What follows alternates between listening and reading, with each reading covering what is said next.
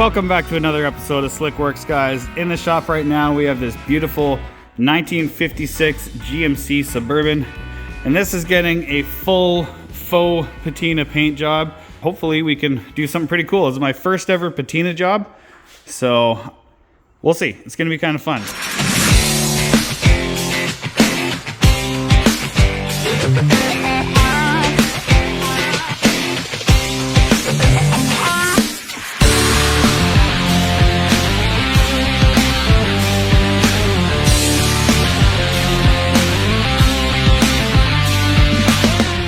So for this beast, this paint was so rock hard, we had to sand it out with 80 grit, and even that wasn't really cutting it on the roof. Moving down to the rest of the body, 120 was fine. We ended up finishing off with 240 grit before primer. That was pretty much good enough for this job.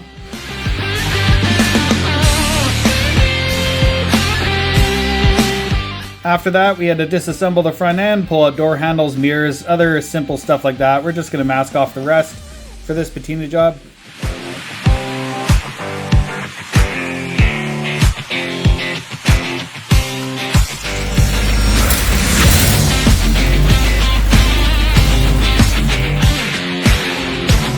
And it is ready to go into the booth to start getting masked up. Okay, so our Suburban is sanded, it's cleaned, it is masked up, it is ready for primer. I'm just gonna blow the doors open in the booth, blow this whole area out, give it one quick little clean down, make sure I didn't miss anything, and then this thing is going in red oxide primer today. So this PPG primer was a little on the pricey side, but it is tintable, and it showed up in the red oxide color. It was a little too pinky for my liking, so I added a little bit of black to tint it down a little bit, and the color turned out beautiful.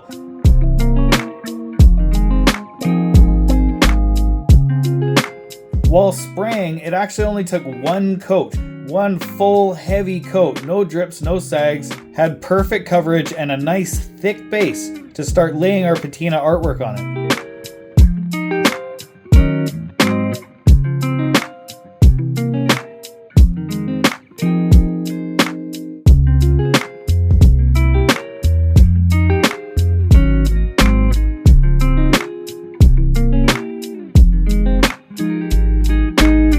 Okay, so the Suburban is in its first layer of many, and I wanted to show you guys this. So this stuff here is the catalyst for that red oxide primer. This stuff is like syrup. It is thicker than honey. It's like, do you guys know what Lyle's Golden Syrup is? Like, is that not Lyle's Golden Syrup? If you know, you know. The best syrup ever in the whole world. So this is PPG's tintable primer. The tint obviously that we chose here is red oxide. So this stuff is not fingernail scratchable. Well, maybe slightly, but anyways, it is bulletproof. Like, this is the kind of stuff that you see on like playground equipment outside. The weird thing is, in certain areas, it actually laid down flat like you would expect a primer to lay down. Other areas, super, super glossy. But we got a rock solid base. So I'm gonna get going. I got my Scotch-Brite here. So I'm just gonna buzz the whole thing down. I'm going with Scotch-Brite as opposed to sandpaper, because this will get inside all of the pits, because we do want proper adhesion in areas like this, which, you know, obviously if this was a restoration that would have been finished properly, but because this is a patina job, the rust underneath there was just neutralized, and we're going to use that to aid in our effect. So let's go.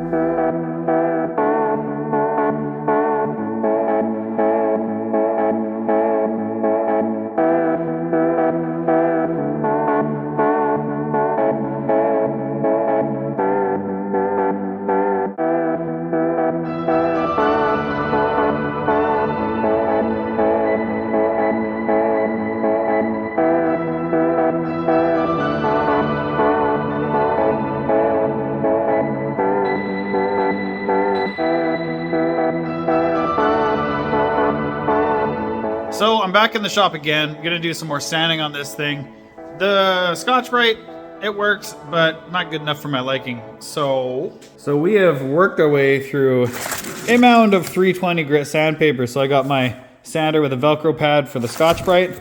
which I go over after I hit everything with the 320 because I got my adhesive backed DA there. So 320 first, then Scotch-Brite to get in all the little divots and stuff that I missed. This is where we're at right now. Everything I could do standing up. I'm gonna get my wheelie chair and hit down the bottom here.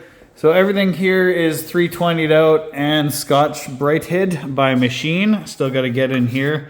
All these shiny bits, get in there with my hand and rough them up really well. Make sure we have proper adhesion.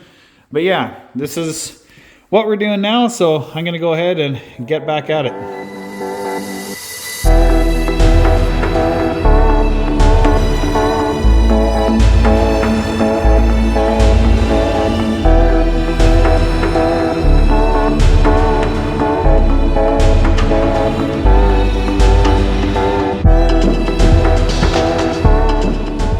And finally, it is all sanded out. And yeah, I know in the video I was using the DA and everything. Yeah, that's because this is going patina job. Obviously, I would love to full high build prime it and block it all out. Do all the bodywork. This is actually, there's a lot of bodywork. It was kind of agreed upon from the get-go that it was like a cave and paver job. Like there used to be a hole here, but through the magic of Duraglass, and well, mostly panel bond and Duraglass, there's no longer a hole there. Yeah, well, he actually came to me and he said, "Slick, good sir, but I must not exhaust my wealth on this mode of transportation that is not crucial for my family's mobility." So, of course, I said, "Well, then I shall perform thine duties that have been bestowed upon me, with financial frugality being the utmost forefront of thought." So from then on, we were like, okay, it's decided, budget in mind. Okay, all the sanding is done, so now I've blown the doors open. I gotta blow out the whole booth, the whole shop. We're going into clean mode.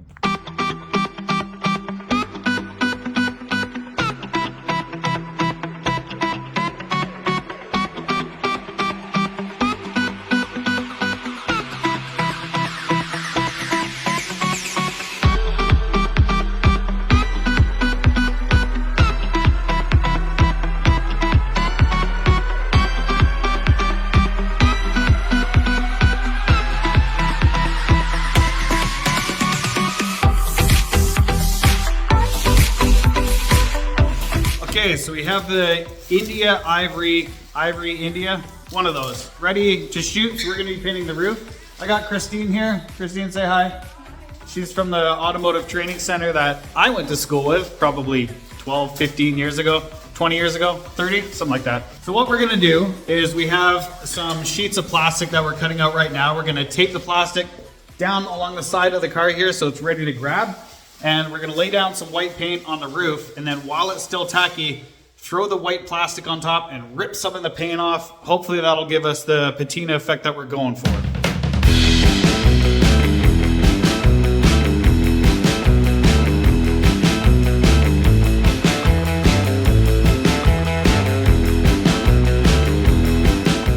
Well, we got some paint on it now. That went pretty good. I kind of missed the flash window for sticking on the plastic, but that's okay. We got a pretty cool effect. There's enough white paint on there that we should be able to work with that to make it look pretty cool. There's definitely enough white paint on there to make it look like this or like this. So I would call it a success. We're just gonna sand it down, wait a couple days, sand it down once the paint cures, start building up our layers and work on that patina effect. I have high hopes.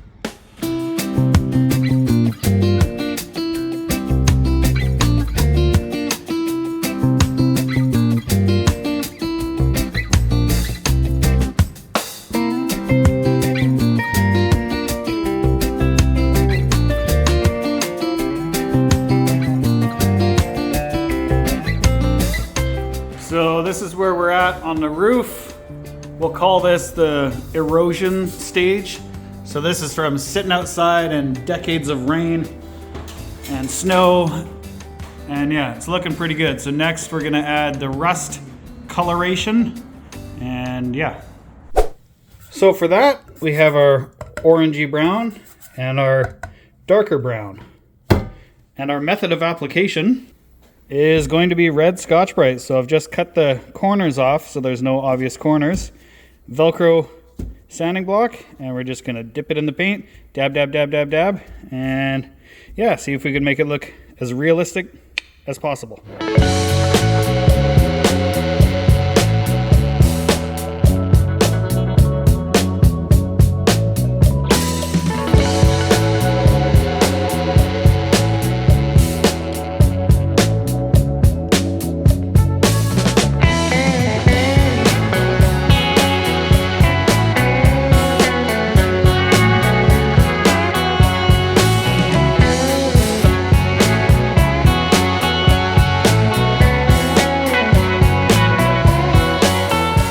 This looks pretty sweet. Definitely looks like it's been sitting out in the desert for a long time.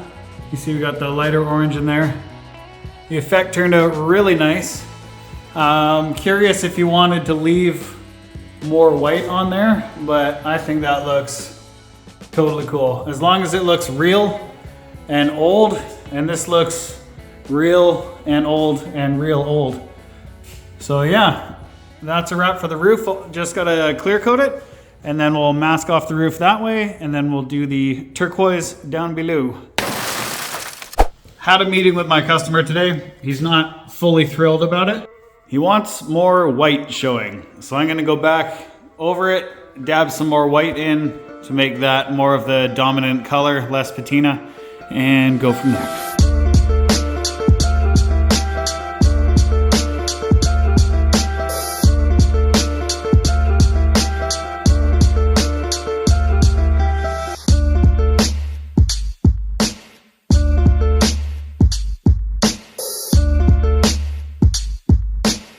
Fresh brush for the new lighter white patina, but it is definitely too new. So, well, you wouldn't want to paint your house with that, but I would say that's just about perfect for what we need it for.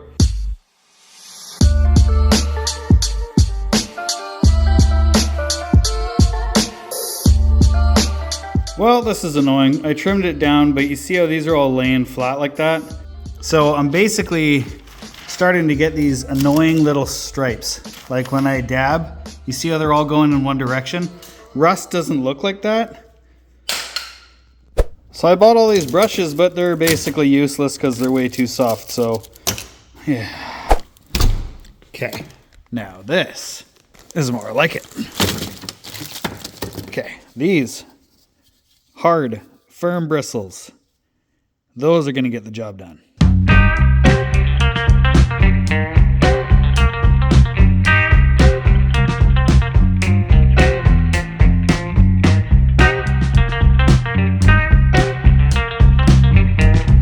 Okay, this side is done, and more white. And I also added a couple little rain additions on there. I think it looks awesome. This side's ready for clear. And on this side, what I've been doing, I'll add some light so you see what I'm talking about, but you see between the seam there? That would not look like that in real life. So I'm getting some heavily reduced brown and just brushing it all in there, and then just kind of working out my brush outwards a little bit, just like that. And that looks way more realistic, and it will look even more realistic once the paint is not shiny anymore.